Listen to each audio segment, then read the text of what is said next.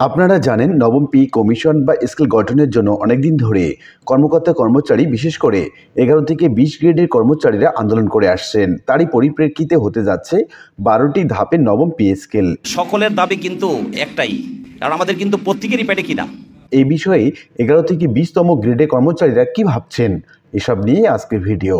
প্রিয় ভিউয়ার্স, আজকে নতুন ভিডিওতে সবাইকে স্বাগত জানাচ্ছি।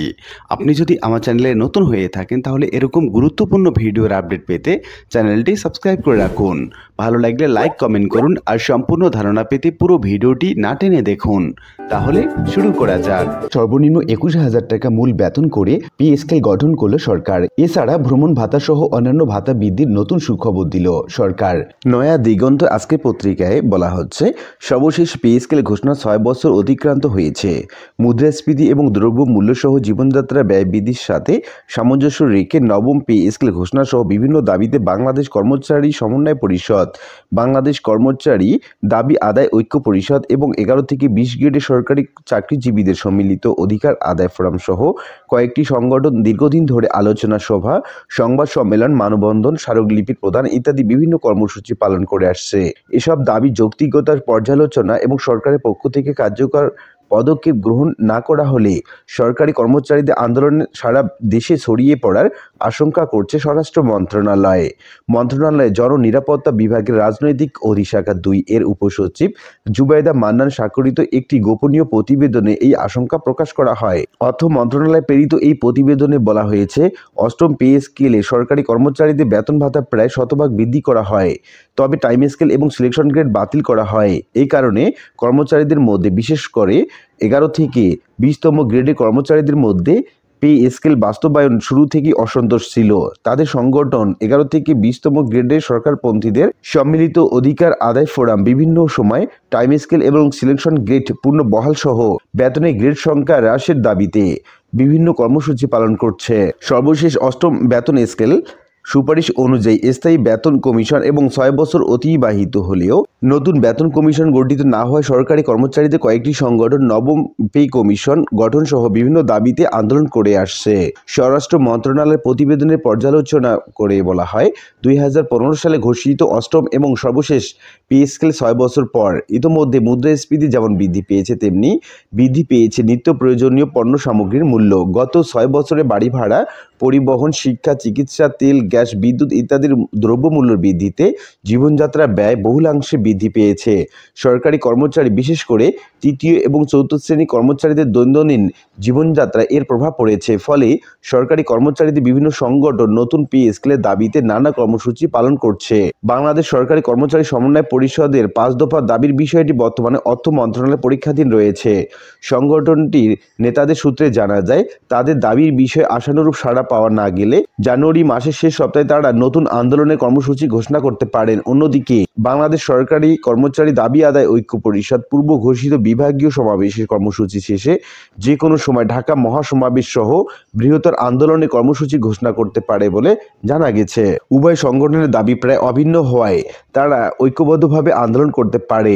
বর্তমানে উল্লিখিত আন্দোলনের সাথে বাংলাদেশ সচিবালয় সরকারি কর্মচারীদের কোনো সম্পৃক্ততা না থাকলেও নতুন পে স্কেলের দাবিটি সরকারি কর্মচারীদের কাছে জনপ্রিয় হওয়ায় তারাও বৃহত্তর আন্দোলনে যোগ দিতে পারে এবং সারা দেশে সরকারি কর্মচারীদের মধ্যেই সেই আন্দোলন ছড়িয়ে পড়ার আশঙ্কা রয়েছে।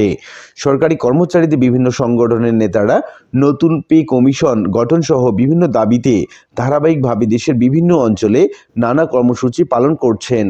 তারা কর্তৃপক্ষের বিনা অনুমতিতে নিজ কর্মস্থলের বাইরে গিয়ে সভা, সমাবেশ এবং উস্কানিমূলক বক্তব্য রাখছেন, যা চাকরি বিধিমালা অনুযায়ী সরকারি কর্মচারীদের বিভাগীয় শৃঙ্খলা এবং আচরণবিধির পরিপন্থী। এগুলো বিবেচনা করে 6 দফা সুপারিশ করে জনপ্রশাসন মন্ত্রণালয়। সুপারিশগুলো হলো, ভবিষ্যতে নতুন পে স্কেল প্রণয়নকালে এক ধাপে প্রায় দ্বিগুণ বেতন বৃদ্ধি না করে কয়েক ধাপে পর্যায়ক্রমে বেতন বৃদ্ধি করা যেতে পারে। সরকারি কর্মচারীদের দাবিগুলোর যৌক্তিকতা পর্যালোচনা করা যেতে পারে। মুদ্রাস্ফীতি বিবেচনায় নিয়ে অন্তর্বর্তীকালীন মহার্ঘ ভাতা প্রদানের উদ্যোগ গ্রহণ করা যেতে পারে। সরকারি কর্মচারীদের চাকরি বিধিমালা লঙ্ঘিত হয় তাদের এমন যে কোনো তৎপরতার বিরুদ্ধে বিধি অনুযায়ী বিভাগীয় ব্যবস্থা গ্রহণ করা যেতে পারে। আন্দোলনরত সংগঠনের নেতাগুলোর উপর গোয়েন্দা নজরদারি জোরদার করা যেতে পারে।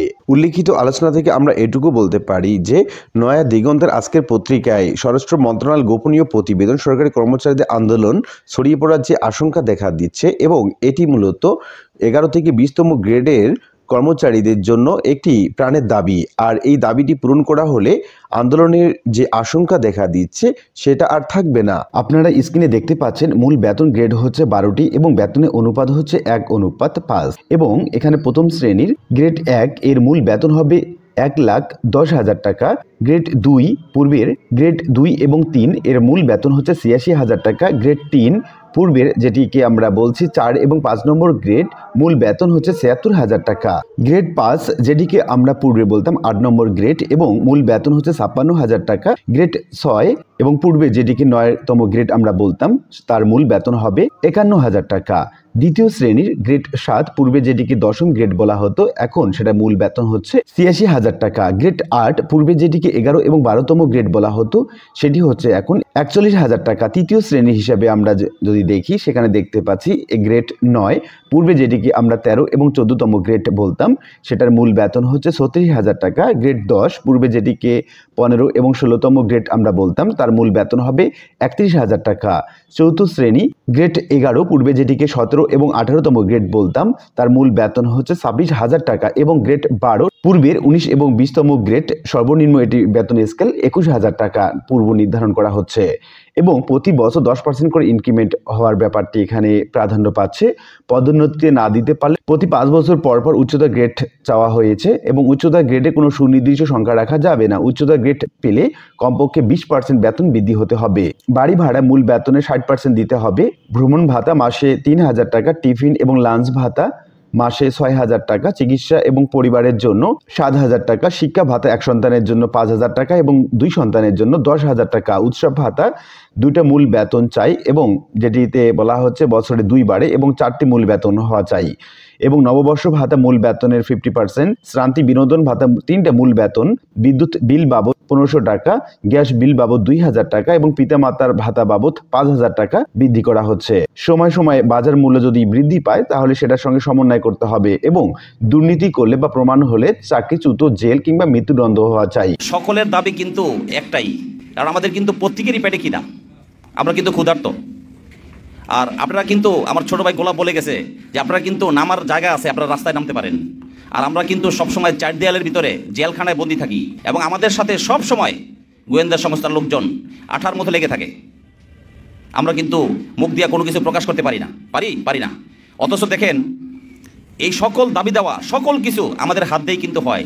আমরা ডিসিশন মেকারদের সাথে কাজ করি, আমরা আমাদের হাত দিয়ে আমরা টাইপ করি, সব কিছু করি। বড় বড় স্যাররা সব কিছু নিয়ে যাচ্ছে, সব লোক নিয়ে যাচ্ছে না।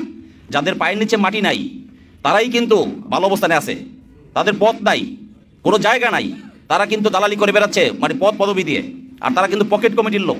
বাংলাদেশ সরকারি কর্মচারী কল্যাণ ফেডারেশন বার্ষিক সাধারণ সভা 2024 এই অনুষ্ঠানে আপনারা আমাদেরকে আমন্ত্রণ করেছেন। আমরা আপনাদের কাছে কৃতজ্ঞ এবং আপনাদের দুঃখ কষ্ট বেদনা সবই কিন্তু আমরা শুনলাম না। তবে তার আগে আমার পরিচয়টাও তো আপনারা জানেন না মনে হয়, তাই না? আমার পরিচয়টা একটু দিয়ে দিই। আমার নাম মোহাম্মদ মনির হোসেন, আমি পার্সোনাল অফিসার, মন্ত্রী পরিষদ বিভাগে আছি। মন্ত্রী পরিষদ বিভাগের কর্মকর্তা কর্মচারী কল্যাণ সমিতির সাধারণ সম্পাদক, আর বাংলাদেশ সচিবালয় পার্সোনাল অফিসার অ্যাসোসিয়েশনের সভাপতি, আর বাংলাদেশ সচিবালয় কর্মকর্তা কর্মচারী ঐক্য পরিষদ, যেটা আমরা সেন্ট্রাল কমিটি হিসাবে মানে পরিচালিত হয়, সেটার কার্যকরী সভাপতি। তো আজকে আসলে সকলের দাবি কিন্তু একটা না, কারণ আমাদের কিন্তু প্রত্যেকেরই পেটে খিদা, আমরা কিন্তু ক্ষুধার্ত। আর আপনারা কিন্তু আমার ছোট ভাই গোলাপ বলে গেছে যে আপনারা কিন্তু নামার জায়গা আছে, আপনারা রাস্তায় নামতে পারেন। আর আমরা কিন্তু সবসময় 4 দেয়ালের ভিতরে জেলখানায় বন্দি থাকি। সকাল 9টা থেকে 5টা 6টা 7টা 8টা পর্যন্ত আমরা কিন্তু জেলখানায় বন্দি থাকি এবং আমাদের সাথে সব সময় গোয়েন্দা সংস্থার লোকজন আঠার মতো লেগে থাকে। আমরা কিন্তু মুখ দিয়ে কোনো কিছু প্রকাশ করতে পারি না। অথচ দেখেন এই সকল দাবি দেওয়া সকল কিছু আমাদের হাত দিয়েই কিন্তু হয়। আমরা ডিসিশন মেকারদের সাথে কাজ করি, আমরা আমাদের হাত দিয়ে আমরা টাইপ করি, সব কিছু করি। বড় বড় স্যাররা সব কিছু নিয়ে যাচ্ছে, সব লোক নিয়ে যাচ্ছে না। আমরা কিন্তু আমাদের দাবি দেওয়া কিন্তু আদায় হয় না কেন বলেন? আমাদের কারণেই হয় না। আমরা কিন্তু আজকে দীর্ঘ 15 বছর যাবৎ কোনো প্ল্যাটফর্ম পাই নাই, কোনো মানে পরিবেশ পাই নাই আপনার দাবি দেওয়া আদায় করার জন্য। যাদের কথা বলছিলেন দালাল, যাদের পায়ের নিচে মাটি নাই, তারাই কিন্তু ভালো অবস্থানে আছে, তাদের পথ নাই, কোনো জায়গা নাই, তারা কিন্তু দালালি করে বেড়াচ্ছে মানে পদ পদবি দিয়ে, আর তারা কিন্তু পকেট কমিটির লোক। আজকে যারা আপনাদের সামনে এসেছে, বাংলাদেশ সচিবালয় ঐক্য পরিষদের যারা নেতৃবৃন্দ আসছে, তারা কিন্তু নির্বাচিত প্রতিনিধি নির্বাচন করে জনগণের ম্যান্ডেট নিয়ে আজকে কিন্তু আমরা আপনাদের কাছে আসছি। আগের দিন আপনারা ভুলে যান, সেই 15 বছরের ইতিহাস ভুলে যান। আপনারা আমাদের কাছে যেতে হবে না, আমরা আপনাদের কাছে আসবো ইনশাআল্লাহ।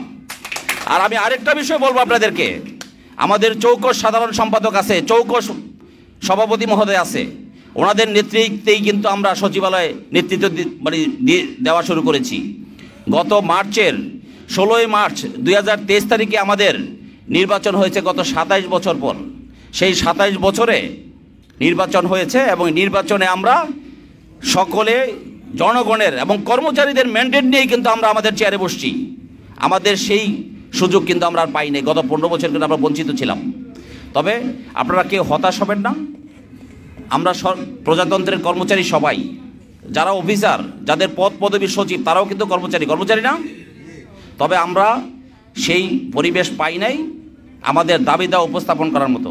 এখন আপনাদের অশেষ মেহেরবানিতে আমরা কিন্তু সেই পরিবেশ পেয়েছি। আমাদের মানে কর্মচারীদের অঙ্গনের যে সমন্বয়ক, আমাদের মাননীয় সচিব মহোদয়, স্বাস্থ্যসেবা বিভাগের সচিব জাহাঙ্গীর আলম স্যার কিন্তু অত্যন্ত পজিটিভ মাইন্ডের লোক, এবং উনি কিন্তু সময় আমাদের নিয়ে বসতেছে। আপনাদের দাবি দেওয়া কিন্তু আমরা উপস্থাপন করছি, এবং ইতিপূর্বে আপনাদের সাথে কিন্তু আমিও বসছিলাম, মনে আছে কিনা আপনাদের? আমিও কিন্তু বসছিলাম। তো যাই হোক, হতাশার কোনো কারণ নাই। আল্লাহর অশেষ মেহেরবানিতে আপনারা বারবারই বলেছেন পে স্কেলের ব্যাপারে, ইনশাআল্লাহ দিলে পে স্কেল আমি আশা করতেছি আপনারা হয়তো, আমাদের নতুন গভর্নমেন্ট আসছে, আমরা গভর্নমেন্টের জন্য অনেক কাজ করেছি, আমাদেরকে দায়িত্ব ছিল, দায়িত্ব পালন করেছি, আপনারাও করেছেন। আমরা ইনশাআল্লাহ দিলে আশা করি এটা পাবো। আপনারা হতাশ হওয়ার কোনো কারণ নাই, ঠিক আছে? আর আপনাদের যত দাবি দেওয়া আছে এবং যত কিছু আছে, আমরা যথাযথভাবে আপনাদের দাবি দেওয়া উপস্থাপন করার জন্য চেষ্টা করবো ইনশাআল্লাহ। আমরা এতে কার্পণ্য করব না।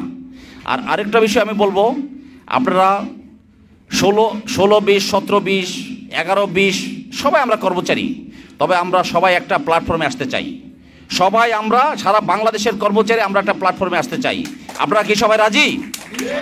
যদি আপনারা রাজি থাকেন, তাহলে নিশ্চয়ই আপনাদের নেতৃবৃন্দের সাথে সমন্বয় রাখবেন, এবং আপনাদের নেতৃবৃন্দরাও আমাদের সাথে সমন্বয় করবেন, আমরা নিজেরাই করবো ইনশাআল্লাহ, ঠিক আছে? আমাদের দাবি দেওয়া কিন্তু মানে একদম কম। আর আরেকটা বিষয় বলবো, আমাদের মাননীয় প্রধানমন্ত্রী কিন্তু আন্তর্জাতিকভাবেই কিন্তু মমতাময়ী মা, ঠিক আছে? মমতাময়ী মা, ওনার কাছে কিন্তু যা যায় সব কিছু অনুমোদন হয়, এটা তো আপনারা জানেন। ওনার কিন্তু অনেক মন বড়, উনি অপেক্ষায় থাকে কখন আমার লোকের আসবে। ওনার পর্যন্ত পৌঁছতে পারলেই, উপস্থাপন করতে পারলেই কিন্তু উনি সব কিছুই অনুমোদন করেন। তবে আমাদের এই পর্যন্ত গত 15 বছরে আমরা এই পর্যন্ত পৌঁছতে পারি নাই, ঠিক আছে? আপনাদের ব্যানার দিয়ে কিছু মানে লুটেরা লুটপাট করছে, পদ পদবি ব্যবহার করছে, আর এই কারণে, তারা থাকার কারণে আমিও কিন্তু 300 কোটি টাকার মামলা খাইছি, কথা বলছেন? সেই মামলার আসামি কিন্তু আমিও কিন্তু বাদ যাই নাই। অথচ আমার জীবনে কোনোদিন কারো কাঁচা লাইলে পাড়া দেয় নাই। কাঁচা লাইল বুঝেন তো? কোনোদিন লাইলে পাড়া দেয় নাই, কারো কাছে অন্যায় করি নাই, কোনো অন্যায় কাজ করি নাই। 20তম গ্রেডে যারা চাকরিতে জয়েন করে, আপনারা যদি খোঁজ নিয়ে দেখেন যে তাদের পরিবারের অবস্থা, বাচ্চাদের ঠিকমতো লেখাপড়া করাতে পারছে না, ঠিকমতো বাসার বাজার করতে পারছে না, ভালো কাপড় পরিধান করতে পারতেছে না, সব দিক মিলে যদি বলেন যে আমরা বাংলাদেশে সবচেয়ে অবহেলিত যদি সমাজ বলেন, সেটা হলো চাকরিজীবী সমাজ। 11 থেকে 20 গ্রেডের কর্মচারীরা সবচেয়ে অবহেলিত। এবং 11 থেকে 20 গ্রেডের এই চাকরিজীবীদের অধিকার আদায় ফোরাম দীর্ঘদিন থেকে সারা বাংলাদেশে আন্দোলন সংগ্রাম করে যাচ্ছে শুধুমাত্র কর্মচারীদের অধিকারটুকু আদায় করার জন্য।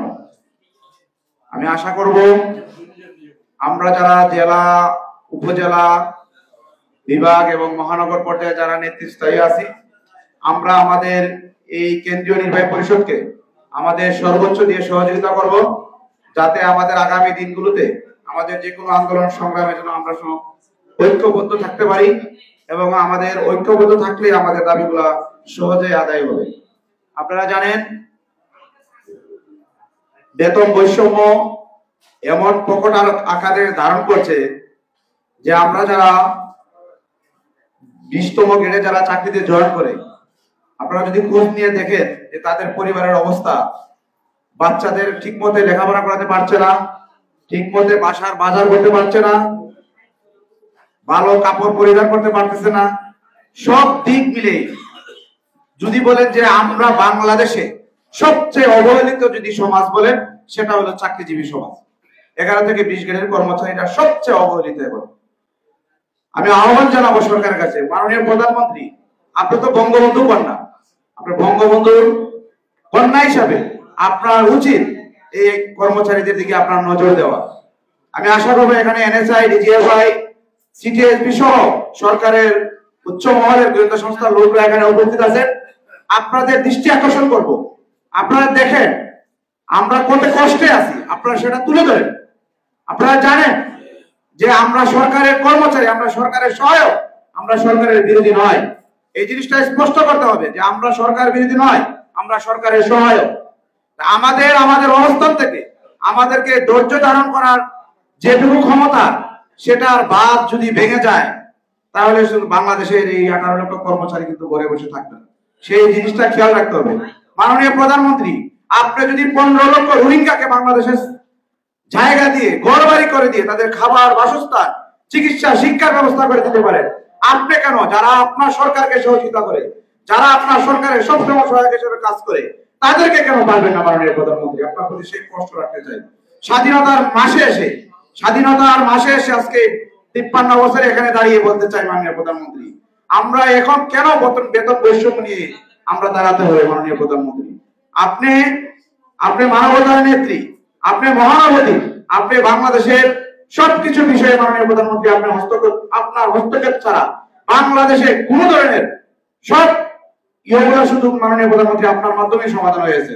আমরা আশা করবো মাননীয় নেত্রী, আপনার নেতৃত্বে, আপনার মুখের বাণীতে আমাদের এই 11 থেকে 20 গ্রেডের কর্মচারীদের সমস্যার সমাধান হবে। মাননীয় নেত্রী, এই স্বাধীনতার মাসে আমরা আশা করবো মাননীয় নেত্রী, এই স্বাধীনতার মাসে নবম পে স্কেল ঘোষণা করবেন এবং আমাদের এই কর্মচারীদেরকে আপনি বাঁচাবেন। মাননীয় নেত্রী, আমাদের সন্তানদের বাঁচাবেন, আমাদের সন্তানদের চিকিৎসা যাতে দিতে পারি, আমাদের সন্তানদের যাতে শিক্ষায় শিক্ষিত করতে পারি, সেই বিষয়গুলো মাননীয় প্রধানমন্ত্রী আপনি খেয়াল রাখবেন। আমি সবাইকে ধন্যবাদ জানিয়ে এবং আগামী দিনগুলোতে কেন্দ্রীয় কমিটি কর্তৃক যে কর্মসূচিগুলো দেওয়া হবে, আমরা সকলেই অংশগ্রহণ করে আমরা সেই কর্মসূচিগুলোকে শক্তিশালী করব এবং প্রোগ্রামগুলোকে সফল করব, সেই আশা এবং প্রত্যাশা রেখে কেন্দ্রীয় কমিটির সকল নেতৃবৃন্দকে ধন্যবাদ জানিয়ে আমি আমার সংক্ষিপ্ত বক্তব্য এখানে শেষ করছি।